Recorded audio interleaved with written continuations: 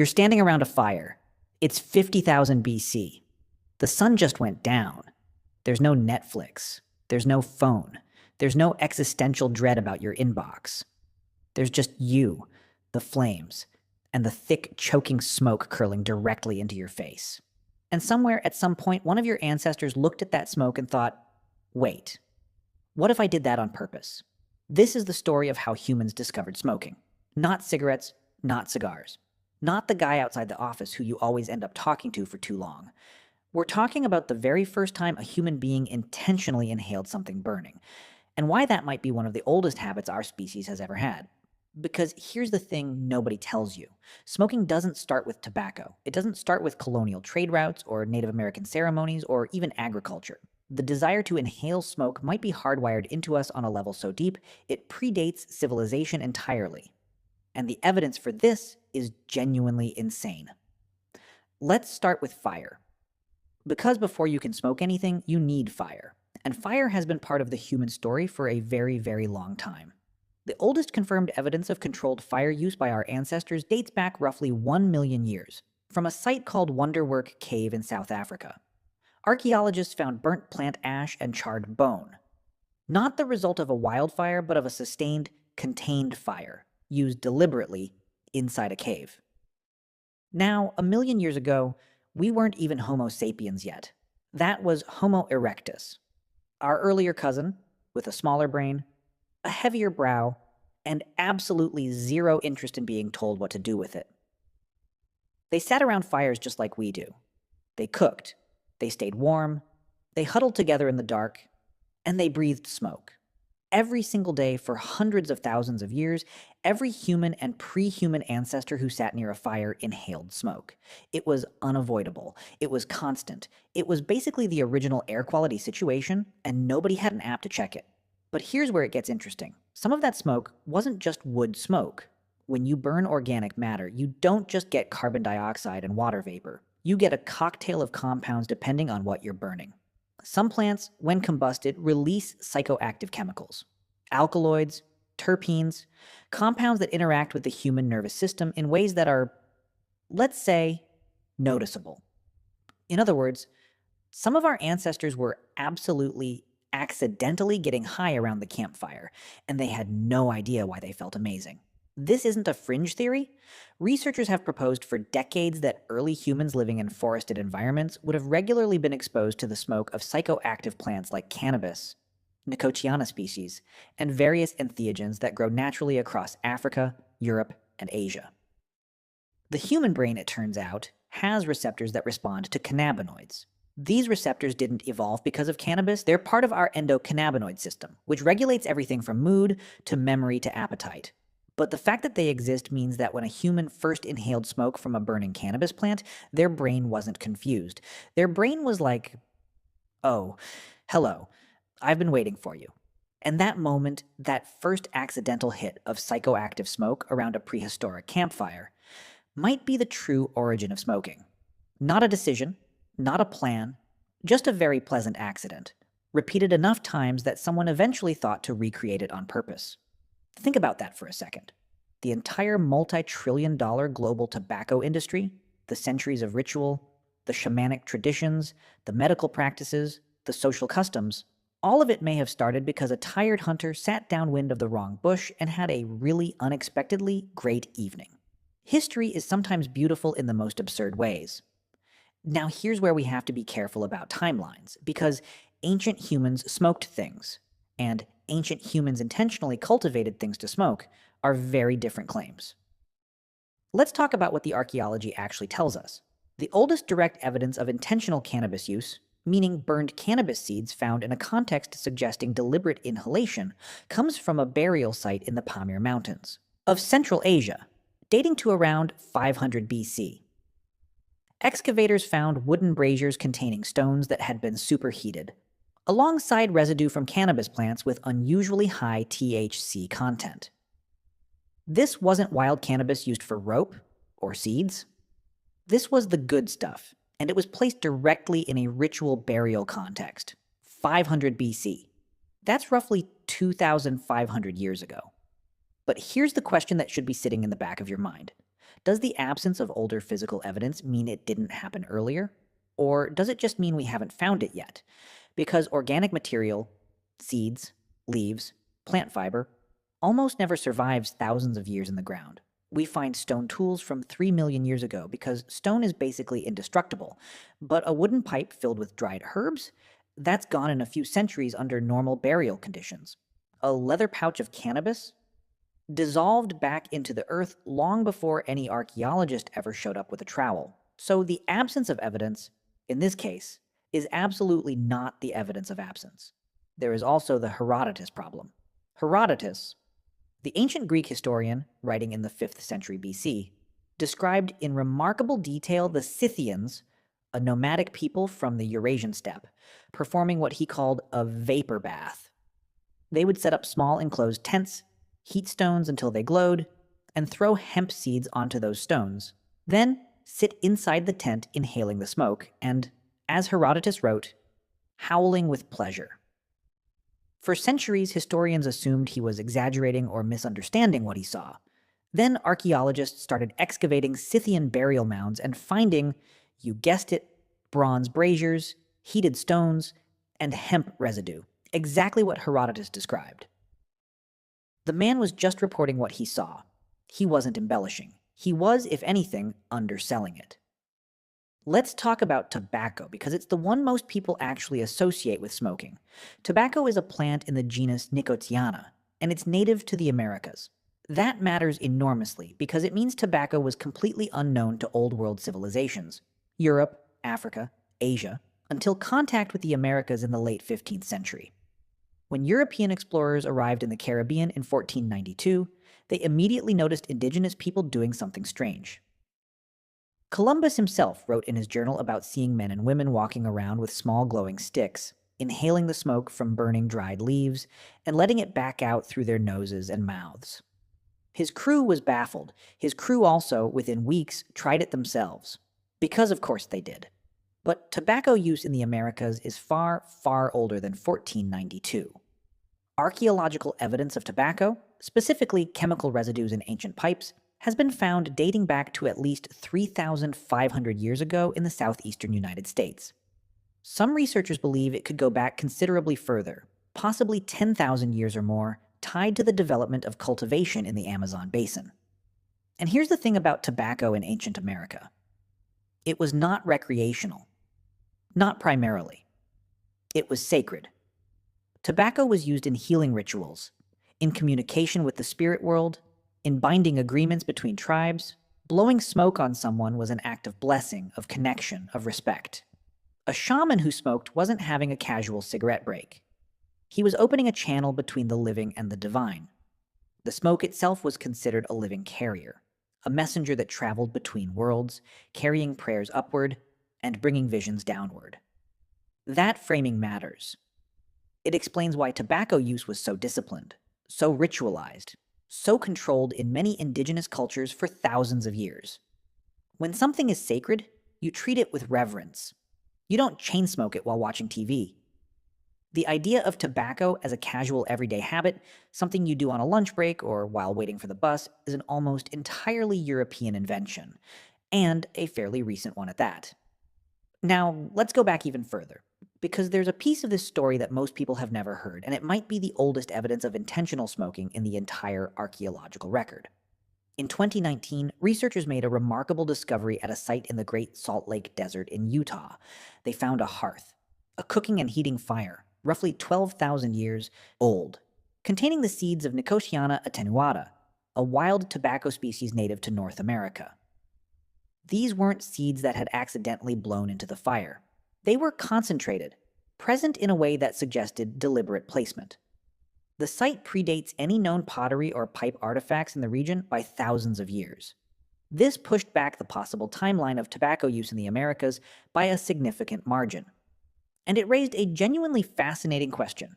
If people were throwing tobacco into fires 12,000 years ago, whether to inhale the smoke or for ritual purposes or both, what were people in other parts of the world doing with their local psychoactive plants at the same time?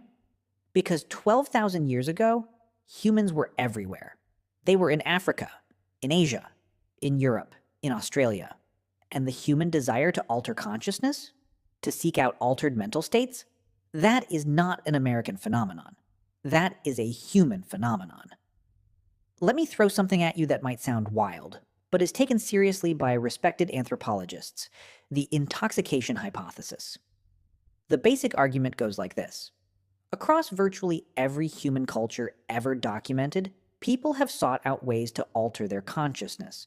They've drunk fermented beverages, eaten psychedelic mushrooms, inhaled smoke, chewed plant leaves, and swallowed seeds. This behavior is so universal, so persistent, and so independent across cultures that some researchers believe it isn't accidental.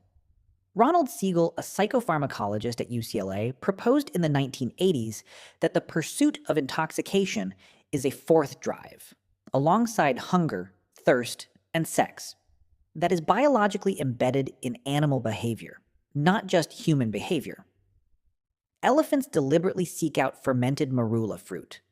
Reindeer in Siberia have been observed eating Amanita muscaria mushrooms and then drinking the urine of other reindeer who ate the mushrooms, because the psychoactive compounds pass through intact. Reindeer.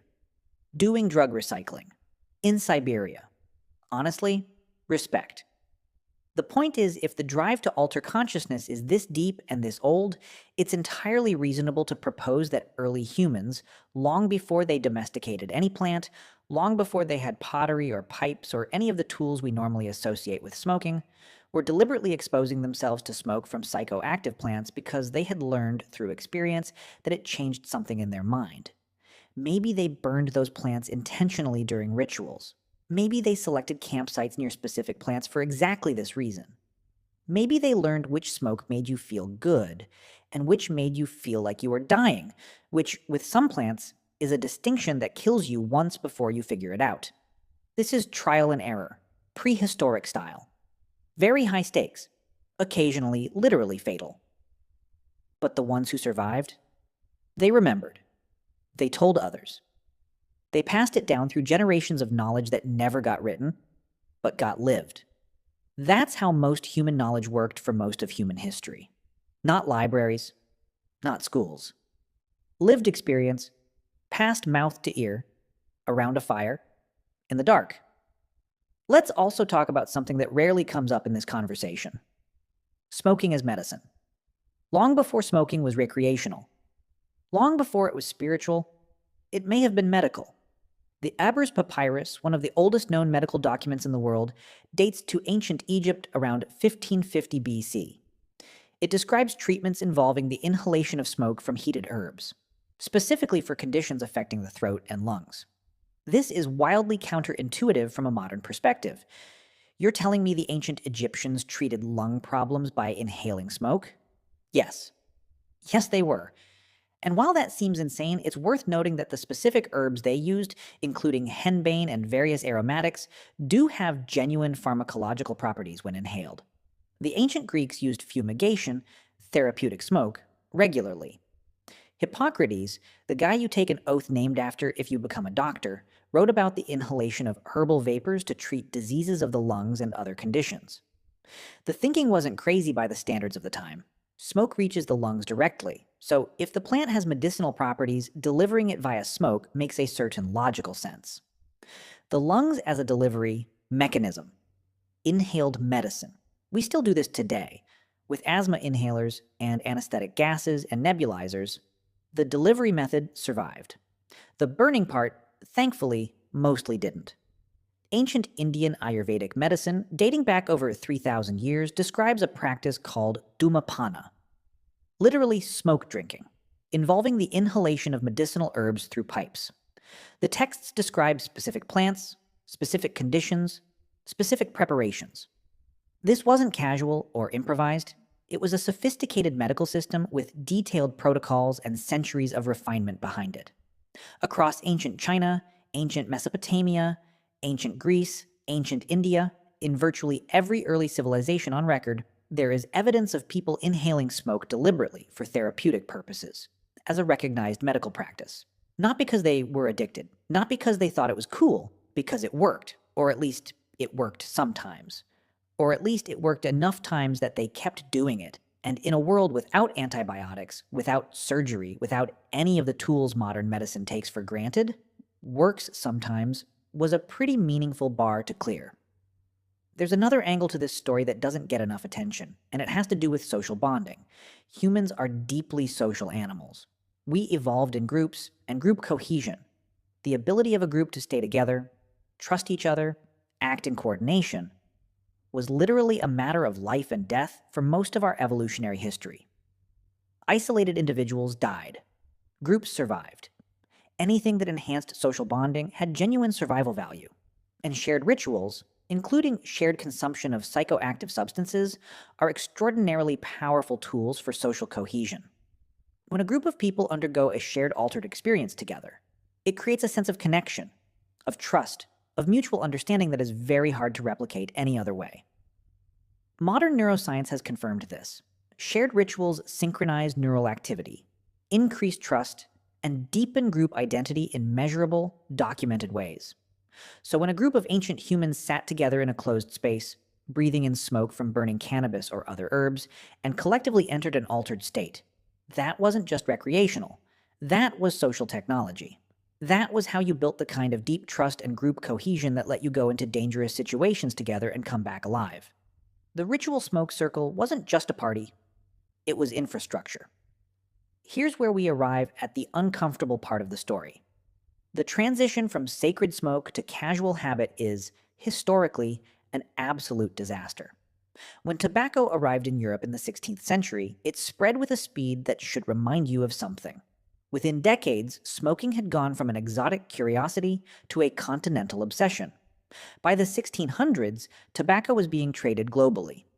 By the 1700s, snuff, powdered tobacco inhaled through the nose, was fashionable across European aristocracy. By the 1800s, cigars were everywhere. By the early 1900s, the industrially manufactured cigarette had been invented, making tobacco consumption cheaper, more convenient, and more addictive than anything that had come before. What had taken indigenous Americans thousands of years to incorporate into a measured, ritualistic, deeply cultural practice was, in the hands of European industrialists, turned into a mass-market consumer product within 4 centuries. The tobacco industry in the 20th century then spent decades and billions of dollars suppressing the evidence that cigarettes caused cancer.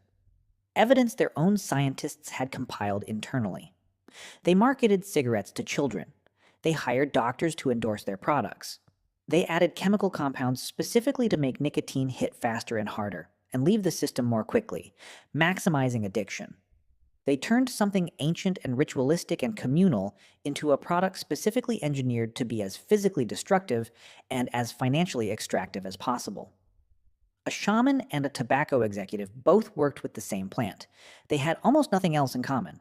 The gap between a shaman in 500 BC placing cannabis on hot stones in a ritual burial, and a tobacco company executive in 1960 signing off on marketing cigarettes to teenagers, is one of the larger moral chasms in human history. Both involve smoke. Almost nothing else is the same. So when did ancient humans start smoking? The honest answer is, we don't know exactly. And we probably never will. The physical evidence takes us back 12,000 years with some confidence, and possibly much further with reasonable speculation. The behavioral drive that underlies smoking, the desire to alter consciousness, to share ritual experiences, to use inhaled substances as medicine, is almost certainly far older than any artifact we've found. It may be as old as fire itself.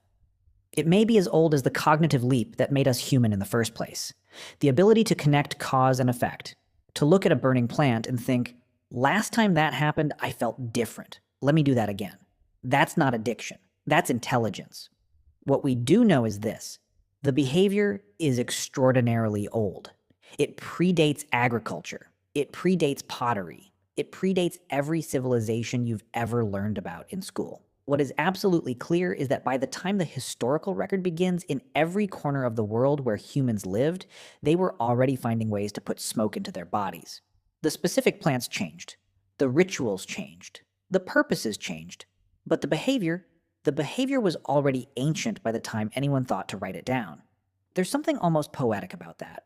For all the things that separate modern humans from our ancestors, the technology, the medicine, the internet, the truly baffling amount of content we consume every day, there are these thin threads of continuity that run unbroken through 100,000 years of human experience. Fire, smoke, breath. The oldest humans sat around fires and breathed the same smoky air you'd smell at a bonfire tonight. Some of them, at some point, started paying attention to what that smoke was doing to them. And then they started choosing it, and then they started passing that choice down to their children and their children's children, and eventually to the Scythians howling with pleasure in their tents, and the Egyptian physicians prescribing henbane, and the Mayan shamans reading visions in the rising smoke, and the Taino people on a Caribbean beach watching confused Europeans try tobacco for the first time and cough until their eyes watered. Either way, next time you flip a light switch or sit around a summer fire or catch a whiff of wood smoke on a cold night, you're participating in something far older than you realize. You're doing what humans have always done. You're breathing,